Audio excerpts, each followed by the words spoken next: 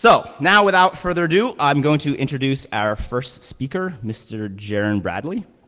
I think I was supposed to have something prepared to talk about Jaron, but I'm just going to kind of wing this. Jaron's a really good friend of mine. He works at CrowdStrike, used to live on the Big Island, so I thought it was only fitting that we kick off the conference with a talk from kind of a local Kama'aina speaker. He's going to be talking about some really cool stuff he does at CrowdStrike, and so without further ado, let's give a round of applause for Mr. Jaron Bradley.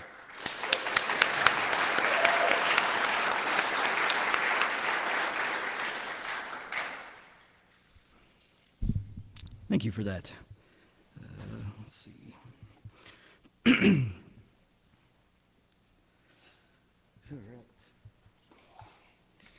Let's get situated here. All right, hello everybody, and thanks so much for having me here at Objective by the Sea. I get to put on my resume now that I am the first speaker at the first ever Objective by the Sea, and I think that's going to be worth something someday. So, really stoked to be here. Like Patrick said, I lived for some time on the Big Island and absolutely loved it. So this is a great way for me to come back and use it as an excuse to go visit some friends over in Hilo, and it's been an awesome week. And yeah, super stoked to be here and see some of the talks that are coming up. So what I want to talk to today, I bring you a presentation called MacDoored. So this is actually just a look into some of the analysis we've been doing on different attacker post-exploitation. So in recent years, we've seen a whole lot of posts on Windows and on attackers moving around in networks and what commands they're using and different exploits and all this stuff. But that's kind of remained a bit of a mystery on Mac. And in the past few years, we've seen a lot of backdoors come to light. We've seen a lot of vulnerabilities come to light on Mac OS. But what the attackers are doing after they use those backdoors and get into the system has still remained a bit of a mystery. So hopefully I can shed some light on that for you today if you're not familiar with it. Just a little bit about me. Like I said, my name's Jaron. I started as an incident responder and just absolutely loved it, really got into it. When I saw this whole endpoint thing coming to light, I wanted to get involved with that. So I moved to CrowdStrike, where I've been now about 5 years, just over that. It's been great. So I'd initially come over after CrowdStrike had set up this infrastructure where we were collecting data from endpoints, and they needed analysts to go through the data and write detections with it and do the analysis on it. And I focused a lot on Mac OS because I felt like it was a platform that just wasn't getting enough attention. So I focused on it so much that I eventually got asked to move to the engineering team, where I put some of the sensor detections in place at the sensor level, which was a whole lot of fun. And then finally, I've moved to a research team called Strategic Counter Adversarial Research, or SCAR, if you will. And on that team, it's just a small team of us who have been at the company for a while, where we're able to focus on still writing detections and still doing that Mac OS research that I've been doing, but enabling new systems for analysts to write detections themselves. So it's been a whole lot of fun. I am also an author of OS X Incident Response Scripting and Analysis. Yes, OS X is in the title instead of Mac OS. I released this book after about a year of working on it, and then I think it was like 2 weeks later, Apple changed the name of the operating system.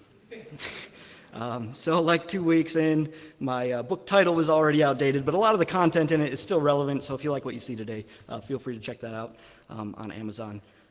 This is back when Patrick was doing a whole bunch of blog posts. It's all pretty much just a copy and paste job anyway, so.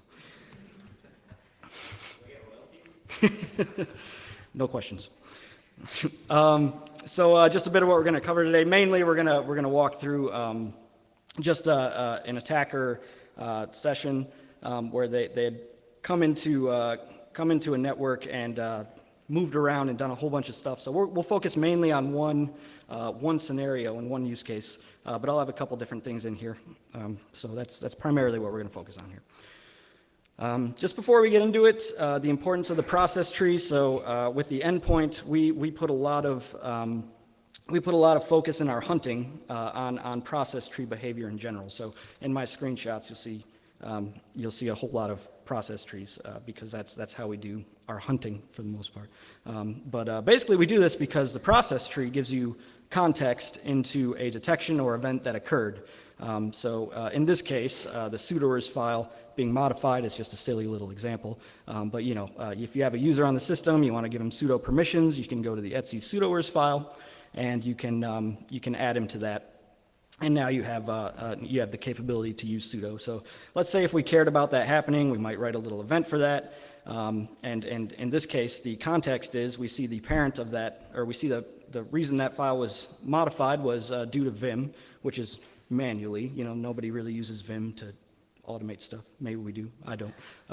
But the parent of that is Bash, which is pretty typical. And then in this case, the parent is Jamf, or third-party administrative software. So based on this process tree, we can kind of make the assumption that this was probably an administrator coming in and adding the user to the sudoers file. As we're in the second process tree, you follow it up the chain, you see Vim was still responsible, but up the chain we see that a file called A running out of the temp directory was actually responsible. And if you've done any incident response, you'll know that single letter executables doing suspicious things are never usually a good sign. This is just an example of how we use process tree hunting. Here's another use case. This is actually a real world use case. Here at the bottom of the screen, at the bottom of the process tree, you see the commands dscl, plutil, defaults, and tr. Now these process trees are usually interactive for us, so we can click on them, see the command lines, see the file paths of where they ran and all that, but all I have is a screenshot to work with here, so bear with me. So these commands getting executed are generally assigned that passwords were dumped from the ds local nodes file.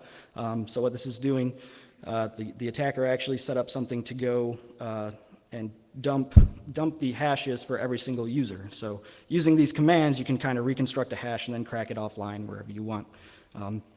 That's kind of yellow flag number one. Down at the bottom there, passwords being dumped. Some software, Puppet for example, will go through and actually try and help manage some password information, and therefore it will access the shadow hash data.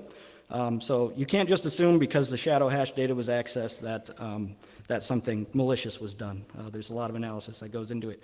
But in this case, if you take the parent of the password dumping commands, you'll see that it's a randomly named 8-letter process. And if I could click on that, you would see that it's running out of the temp directory. So once again, pretty suspicious. The parent of that is a 4-letter process running once again out of the temp directory. So that's another yellow flag is temp directory processes dumping the passwords, just a little bit shady there. And then finally, to top it all off, if you take this a step higher, we see that the ultimately responsible for this is the Google Chrome helper process. That is the browser renderer and not Google Chrome itself. So really, the browser renderer definitely has no reason to be dumping passwords or running anything out of the temp directory. Its behavior should be very limited in terms of any type of execs. So this was something we found in the wild, an actor using to exploit Google Chrome in some manner. This is a while back at this point, but it's still my kind of proof of concept for hey, like bad stuff gets developed for Mac too. This was definitely targeted at Mac users and not something that we saw happening on Windows anywhere. So pretty cool. All right, so before I get into the intrusion, just some detection and analysis difficulties. If you've been working on Mac to do security, you're probably aware that there are some hiccups, like some stuff is very difficult. These are just some of the major things that I note. And one of those big things is all the commands an attacker could ever need are already on the operating system. So this idea of living off the land that is now on Windows is kind of it's not a new concept, but we see more actors trying to enforce that living off the land idea with PowerShell and with more script-based backdoors and that type of thing. As where on Unix, Linux, Mac, like that concept has been around forever. So attackers getting on Unix systems are already pretty familiar with the ways they can go about attacking it without having to download a whole bunch of extra tools. Now, some actors still choose to, which is interesting to me. I think living off the land is much more stealthy, but I'll get into that a little bit later. So, because these commands have been around forever and living off the land isn't a new concept on Unix, admin and attacker activity can frequently look like the same thing.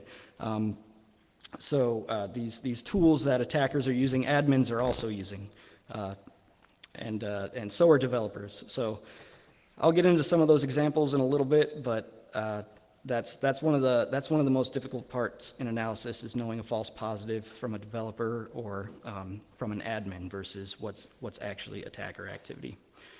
Backdoor is being written in many different languages, so it's not just Mach-O executables you got to worry about. You got to worry about a lot of different scripting languages and a lot of different backdoors written in those languages. And those hashes can change on the fly by just adding a space, to your script. So that can sometimes make things more difficult. And then finally, the malware sample size being a lot smaller. Now, like I said, this is beginning to change, and we're seeing more Mac malware. But compared to Windows, right, it's a very small sample set. Taking what we can from those malware samples that do exist and being able to write detections from them is very important at this state especially. Okay, so the intrusion that I'll actually be walking through, this is just kind of an example of a process tree, a standard process tree that would be created by the attacker on almost every system he made it onto. So the attacker would come in through SSH. On most systems, they got to the network. We highly suspect a spearfish that occurred. And then with that spearfish, they had credentials ready to move about around the network, and I'll get into that once I get to the lateral movement section. But when you log in with SSH, a new SSHD instance is created, and naturally you get a new shell, and then everything spawning from that shell would then be attacker activity. So recon, not super interesting, it's recon, but there's some important notes to take away from it. So coming in through SSH, recon always came first. I thought it was interesting to note that the attacker would run some of the Mac unique commands for recon, and this actually tells us that he knew he was targeting a Mac. We see a lot of attackers like just running SSH brute forcers, and they end up getting into a system, and then they run some Linux commands even though they don't realize they're on a Mac system. So the attacker knew what they were targeting in this case, because they jump into running the Mac specific commands right away. And SWVers, this just kind of spits back some basic information about the version of OS X you're on.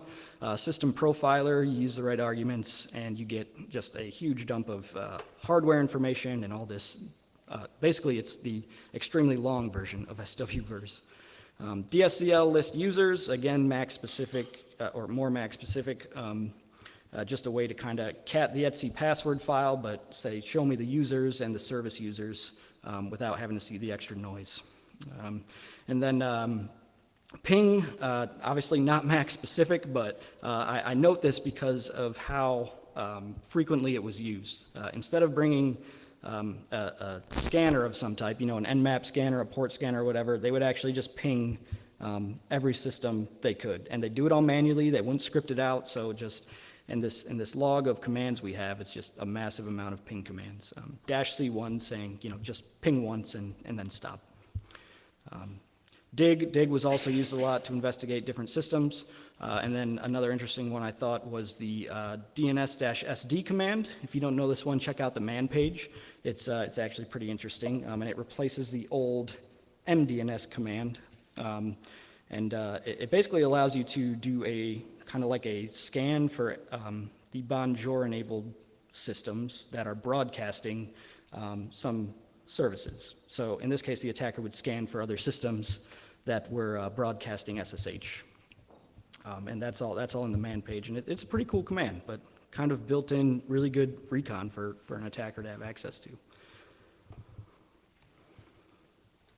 Okay, so the backdoor. So the attacker coming in over SSH would not be his main way to maintain persistence and log in and all that. After he came in through SSH, he would set up a backdoor, all done manually through manual commands. He didn't script it out or anything, and this was multiple systems that he was moving laterally about. So coming in through SSH, the first command you see there at the top is what would be executed first after all the recon. So this IP address hosted a number of different tools. And in this case, the attacker is downloading a binary called TSSD. This is a Mach-O executable. And so he'd pull that down, give it executable permissions, and then rename it to something something that blends in a little better. In this case, rutil. So macOS includes a binary on it already called r2util. So this just I don't know, looks like r1util or something. He thinks, I don't know. He renames it, and he's working out of the user local bin directory in this case. So we now have an executable called user local bin rutil. The touch command, I'll get into that in the cleanup section. Looks at it with ls and then vims a file etc.cache, hidden file in the etc folder, and this actually just contains a masked C2 and the port number inside of it, masked by some XOR key, I believe. Finally, he changes the permissions on it so somebody's less likely to stumble into it. So that was not the only backdoor we saw in this single intrusion. In fact, there was a lot more, but there were 3 in this intrusion that the attacker would actually pull down, and it seemed like he'd pull them down based on the version of OS X he was on. Now, we only got one of these binaries actually back to play with, so that might not be accurate. He could also just be pulling down different versions of the backdoor so that static analysis is less likely to uncover him, or so that the same hash doesn't exist on 3 different systems or whatever. But we saw three different hashes at play here, all behaving like the same backdoor, but with different hashes. The IP address is actually, if you go back quite a few years to a Blue Coat report, I want to say 2011 or something like that, the IP address is actually associated with WinNTI Group, or who we call Wicked Panda. It is interesting that this IP was reported and has still stuck around in their arsenal for so long. There was also a ProtectWise blog post that came out, I think it was last year, that spoke to a lot of the same details, seeing the same IP address used in spear phishing campaigns against Mac OS systems. So the attribution comes from knowing just the history of this IP address and that it's been used before. So. The backdoor itself, VirusTotal actually, when we were originally doing the analysis on this, VirusTotal didn't have anything, and I think only had maybe even just one of the hashes we were actually trying to investigate. But even that hash had 0 hits in it from scanners. Now, if you check it out, you'll see most of it actually rings up as kidnap from a lot of vendors. I don't see any signs of it being kidnap. I haven't done the reversing myself, but what our reversers noticed is that this does appear to be a variant of Tiny Shell, which is pretty popular on Unix. It's just a really small remote shell wrapper kind of, and it works really well for attackers to use, and that's what we noticed it was. It also has a config file, which I don't think Kidnap had any type of config file associated with it. Kidnap also did a really popular technique to dump passwords from SecurityD when it could get plain text passwords from that, and even on the outdated systems that we saw the attacker land on, we didn't see that technique used. So. Could be a variant. I'm not sure. Like I said, didn't do the reversing myself, but we saw a notable relationship to like a ported version of Tiny Shell, as far as we could tell. This is just a screenshot showing on one system the attacker had named the backdoor to PRL monitor instead of rutil. And here it's communicating with the IP address, the same IP address, mind you, that is hosting the tools. So the attacker is pulling down tools from the same IP address as he's connecting his backdoor to on port 53, maybe to try and blend in with DNS or something. I don't know. Yeah, a lot of times we'll see the actors obviously host a tool server one place and the C2 connecting elsewhere so that, if one IP address gets blown, at least the other one doesn't, but that wasn't the case here. Curl all the things, so curl is just widely used in intrusions in general. We see a lot of curl activity once an attacker makes it into the network. Like I said, living off the LAN should be something a little more popular, but Wicked Panda in this case is just running a lot of curl commands. I post these here because I think they're kind of funny. It shows the attacker screwing up quite frequently. It seems like through the back door that they come in, they have some type of encoding issue, because you can see them trying to curl down 5.txt, which is clearly a bash script, and then piping it to bash. But after that, you see just this series of crazy, %20 pipe, %20, like there even needs to be a space between those. So it's just, you can nearly see the guy smashing his head on the keyboard by the end, and ultimately gives up, and we never saw that 5.txt run. So yeah, a lot of curl activity. We also see a lot of curl activity in the sense, and this is on Linux where we see this, where we've seen this more. I don't think I've seen it on Mac yet, but it would work just the same, as we see PNG files being hosted on popular, photo sharing sites, and in that PNG file will be Bash script or Python script of some type, or some type of scripting language.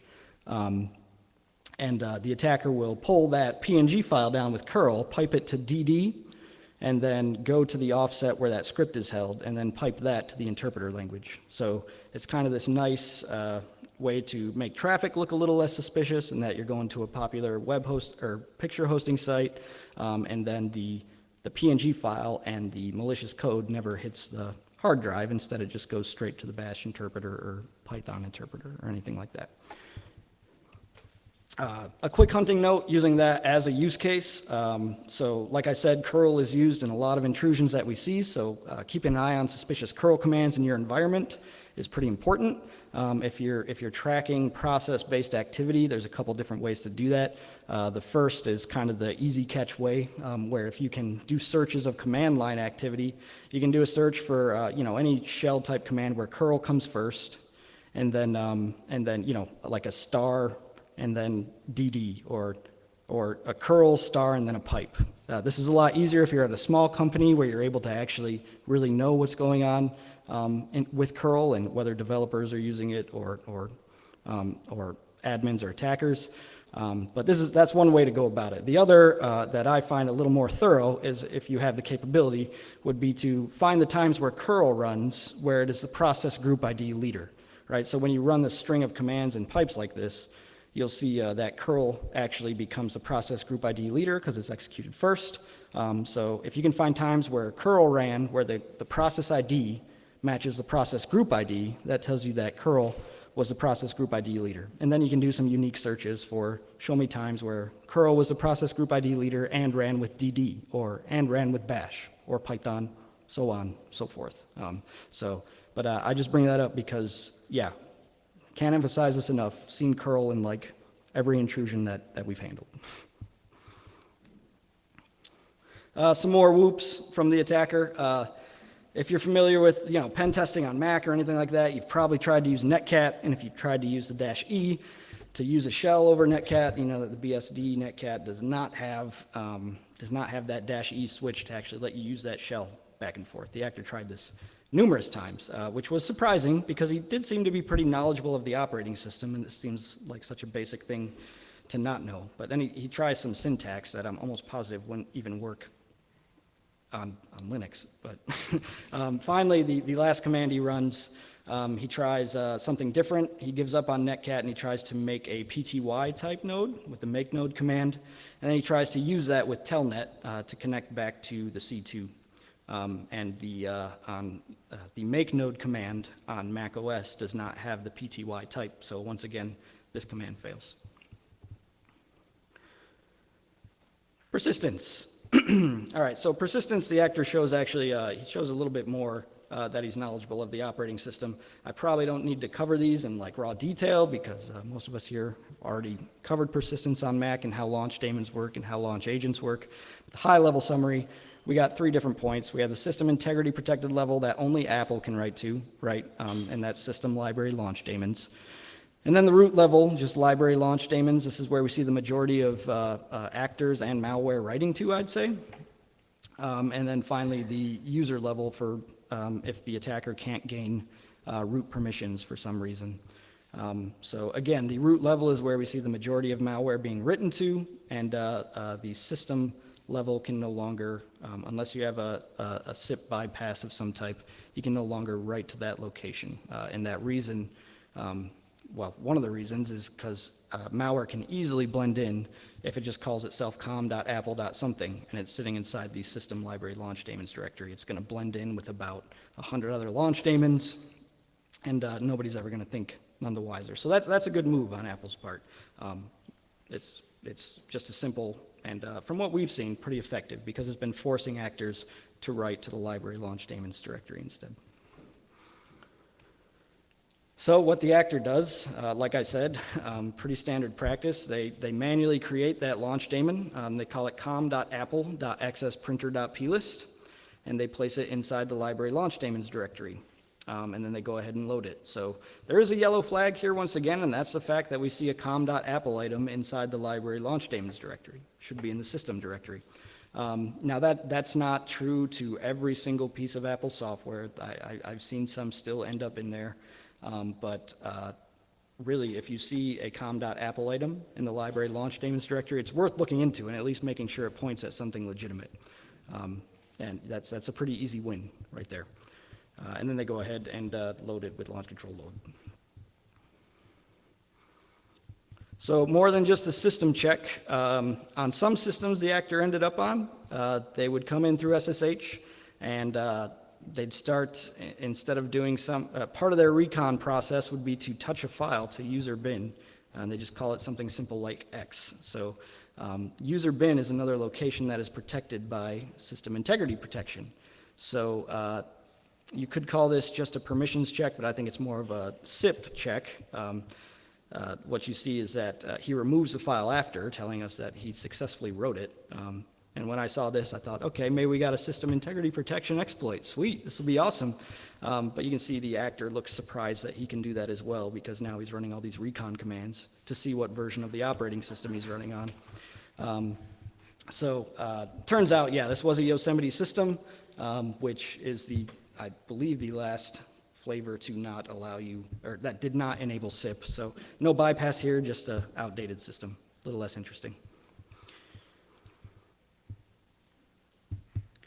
Yosemite persistence, so once he would realize that, sure enough, we would see him target the system library launch daemons directory. So once he confirmed that he could blend in better with the operating system, he went ahead and did that. So good practice on his part in making that happen. And this, like I said, this is exactly why Apple actually, has enabled things like SIP and not allowing you to write to the system library directory, because attackers are doing it, blending in with the operating system, and you'll never be any the wiser. So he goes ahead and writes that there and then loads it just like he would have, still using the touch command. I promise I'll get to that in a bit. Yeah.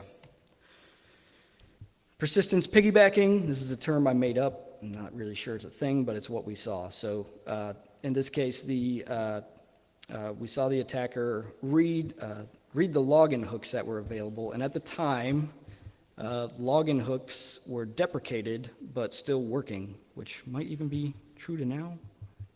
Can't remember exactly.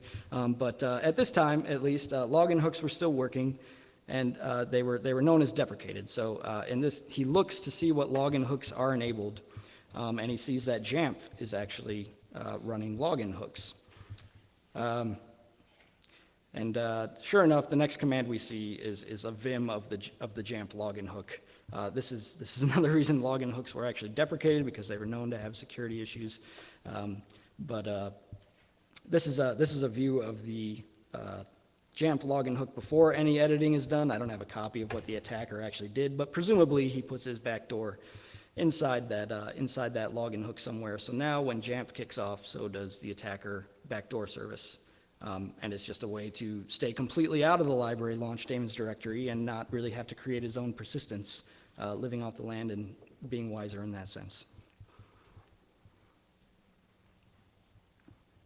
So cleanup.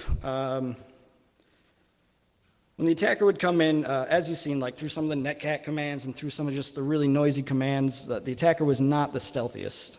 it wasn't bad per se, and most people aren't really worried about being caught on Mac OS systems, so they don't think there's much need for stealth. But yeah, there's a lot of commands executed in this time window. So there were some minor stealth practices, like they were really good about cleaning up files they were done with, different scripts that they had written. They made sure to delete so nobody could take from the hard drive or anything. They were pretty good about that. The touch command that you've been seeing shot after shot here is another command that they ran very frequently. And if you've done pen testing, once again, you're probably familiar with this. The touch command actually takes the timestamps from one file and applies those to another file, the touch-r command, sorry. So in this case, he takes the legitimate R2util binary, he takes the timestamps from that, and he applies it to his backdoor rutil. Does the same with the etc profile file. He takes those timestamps and applies it to his backdoor configuration file. And then finally, the touch-r command on the Cisco AnyConnect. Basically, he looks in the launch daemons directory to find a random launch daemon, and he takes the Cisco one and takes the timestamps from that and applies it to his launch daemon. So just making sure this is going to throw off your your standard timeline analysis. So if you're doing like incident response in that sense, where you're collecting all the information from the files. And you're getting a list of the different timestamps, this will throw you off. This can throw you for a curveball and make some of your analysis more difficult.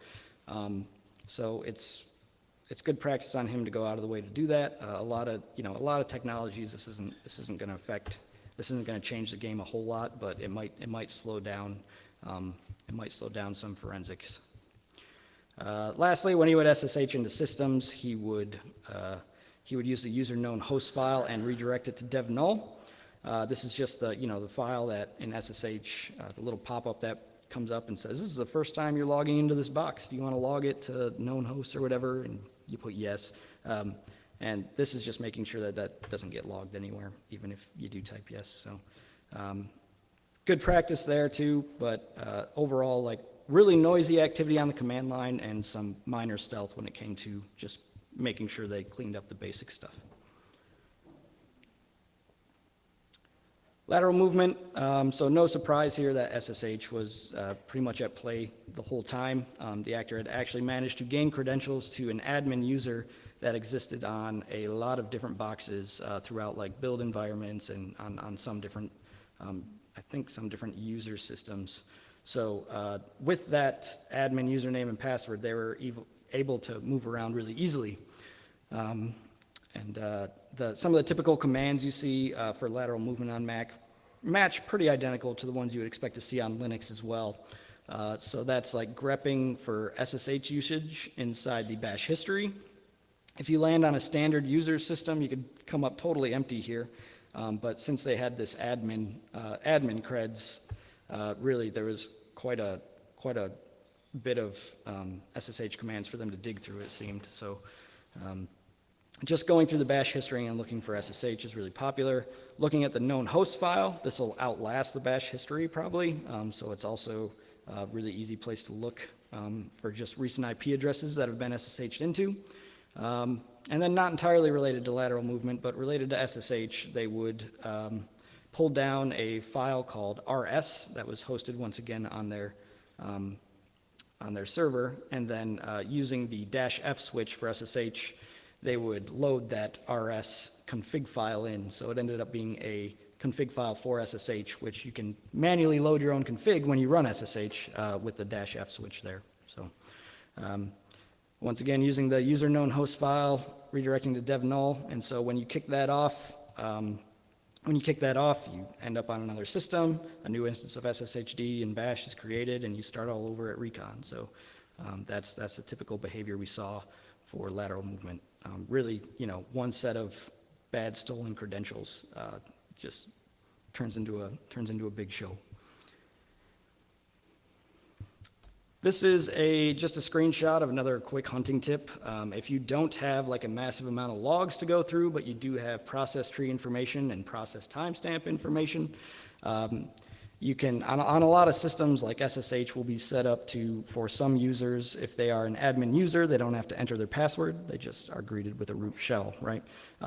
This is a way to tell that the actor, or a way to assume that the actor actually had the username and password, because the time between sudo running and a shell spawning after that was anywhere from 3 to 7 seconds. So sometimes it'd be 3 seconds, sometimes 4, sometimes 5, 6, 7, which is right about the amount of time it takes to type in a password. So that's an assumption, but if you don't have logs to go off of based on those process timestamps, you can make a pretty safe assumption for that. PTY and TTY. I include this because I think it translates nicely to all the stuff we see on Windows with PowerShell encoded commands. This is kind of the equivalent, at least done in Python. You can do it in any language. Obviously, that includes a base 64 decoding library. But essentially, we have times where the attacker would have a connection from one system to another, but he wouldn't have that TTY where he could type in sudo and then it'd prompt him for a password and he could type it in. When he didn't have that TTY, he would run this really popular command. So I've decoded it there, easy peasy. It's just the import pty spawn bin bash. And this actually just creates a TTY where there isn't one, and he's now able to interact with sudo and punch in the credentials that he's aware of. So why he chooses to encode this in base 64, I'm not really sure. In fact, it's just longer in base 64. I guess he just thought it was more stealthy. Generally, though, if you see something shady happening and then you see it was all done in base 64, you can make a pretty safe assumption that it's something shady and not an admin. So yeah, just some base 64 practice there. And we're seeing that a little bit more and more on both Linux and Mac. So for this attack, those are the static indicators. You're welcome to go grab those. I gave a very similar talk at ShakaCon this year, so those are being hosted on my GitHub if you want just a YAR rule full of these indicators, and that just includes the hashes for the 3 different backdoors we saw, the IP, the file names. So that is a single attack in this case. That was all part of one attack. I'm going to cover just a brief separate attack. So this is not the same thing. I put Wicked Pandas here in question mark because I have no proof that this is Wicked Panda. There's definitely no set attribution to this. What you can recognize is a lot of the command syntax does look pretty familiar, but that doesn't tell us anything guaranteed in terms of attribution. But I do think it's interesting that there are a lot of commonalities. So for those of you that follow my Twitter or follow CrowdStrike, you'll see we actually tweeted a lot of this out yesterday, where an attacker was once again using curl to pull down a backdoor, in this case called software update D. That's to blend in with the operating system processes because there already is a software update D. It runs out of the system directory, but the attacker in this case has once again put it in user local bin. And they pull it down once again from a straight IP address, no domain involved, hosted on a privileged port 11, and then it's just labeled ASD on their tools server. So give executable permissions to that, run it, and now they have the backdoor once again running on the system. They actually ran this a couple times. They would run the backdoor, forget to escalate to sudo, so rerun the backdoor as sudo, well logged into the backdoor, and it just created this massive, hilarious process tree. But after the backdoor was installed, persistence was actually set up, so for some reason, on the tools side, on their server, they would just rename the launch daemon, or they would just take the launch daemon and rename it to ASD, so they could then run the same curl command and get a new file. You can see that because the next command that gets run takes that ASD file that they downloaded and moves it to the library launch daemons directory, and this time it's called local.localhost.startup.plist. Shout out to Objective-C at this point, because if you're running block or something like that, this should be a pretty big red flag, like local.localhost.startup.plist. That's going to be something either someone just Googled and doesn't know what name to create a launch daemon with, or it's going to be, some new developer who is also trying to learn. So if this gets created on your system, check it out, look into it. You probably see it points to something interesting if you don't know what it is. And obviously a power user might know that, but a standard user, even if they're running block, might just allow it or not know what they're looking at. Still being able to go in and look at suspicious launch daemons, like in some remote fashion, is still really important. Just monitoring your launch daemons and knowing what's running on the system. And then I also include in this shot just the SSH command, once again, user known host file being redirected to devnull from whoever this actor happens to be as well, and then strict host key checking set to no, which we saw every time SSH was executed in this environment. Pastebin, so like you see with Windows and a lot of intrusions, we saw curls out to pastebin. After the actor would get the code they wanted off pastebin, they would delete it pretty quickly, because we were on their toes pretty quick for a lot of this, and it came down very quick. On pastebin, they were actually hosting Perl code. I feel like it's malicious shenanigans is the only thing Perl gets used for these days, but sure enough, the attacker goes to pastebin to pull that down and then executes Perl by itself, presumably pasting that entire script into the Perl shell.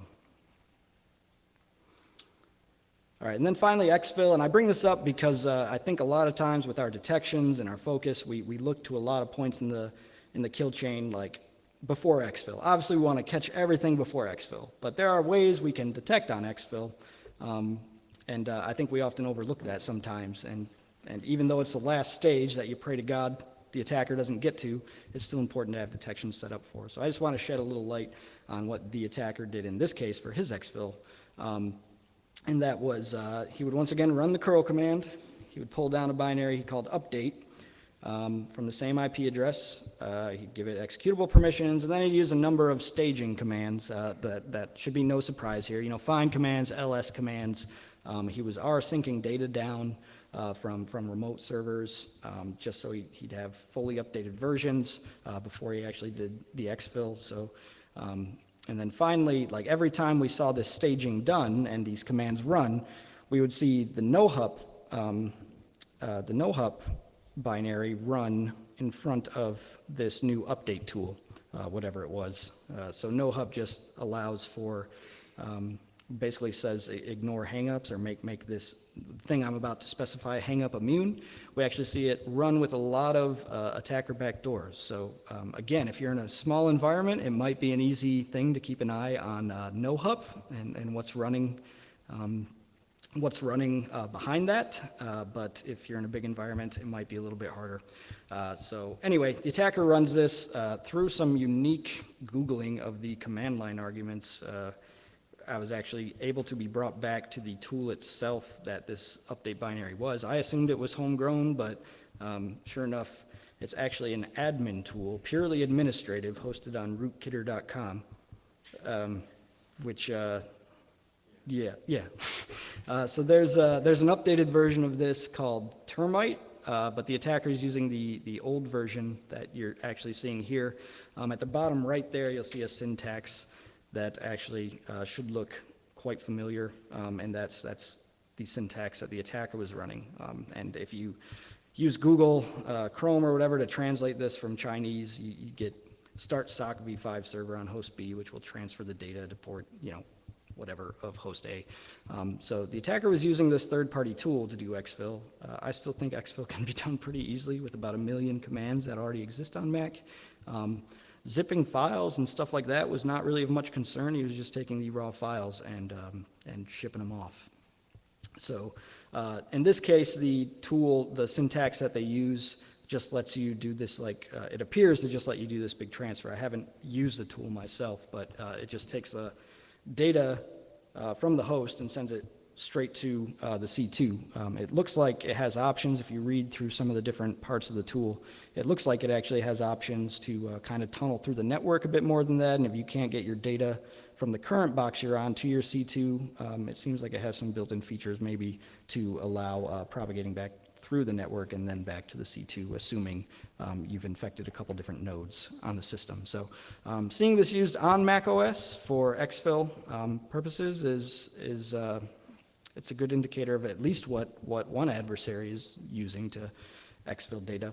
The hash wasn't modified in any way. It was just straight downloaded from the site. And I believe there's also a GitHub for this tool, and it was open source, if I'm not mistaken. So available for modifications. But that being said, yeah, exfil I think is an important stage to actually monitor, and something we should still be worrying about, even though it's all the way at the end of the kill chain.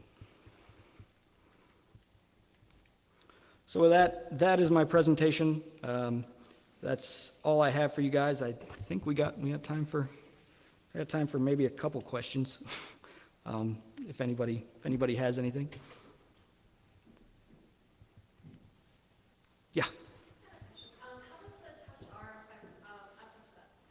How does it affect? Does it also cool FS events, making that the also rewrites not happening at the other time, or does FS events? That should be. Yeah. The question is how does touch-r affect FS events? And I've never actually played with that, if I'm being honest. Has anybody know? If you're streaming FS events live, you should probably. Yeah, I would think as well. If you're streaming FS events live, then you should probably see that happen. I don't think you'd be affected in the same manner. Yeah. Yeah. Who do you see the pandas kind of generally targeting? Do you have certain Wicked Panda in general, at least on Mac. Yeah. Sorry. So who do we see Wicked Panda targeting? I can say at least on Mac, we've seen them target a lot of different technology companies, and I know that's vague, but it has to be. But so mainly mainly technology companies and like actual companies, and not just yeah, sorry, I should be able to get into that more, but technology companies, I'm going to leave it at that. Yeah, places with computers. Yeah. All right, cool. You got this?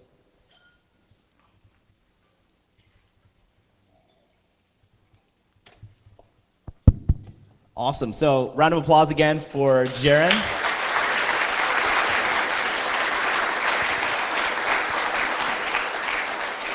Thanks, Jaren. Expect you to be talking at Objective by the Sea version 2.0 as well. It's always great to hear a talk where we actually see real live data from actual adversaries. So that's pretty cool.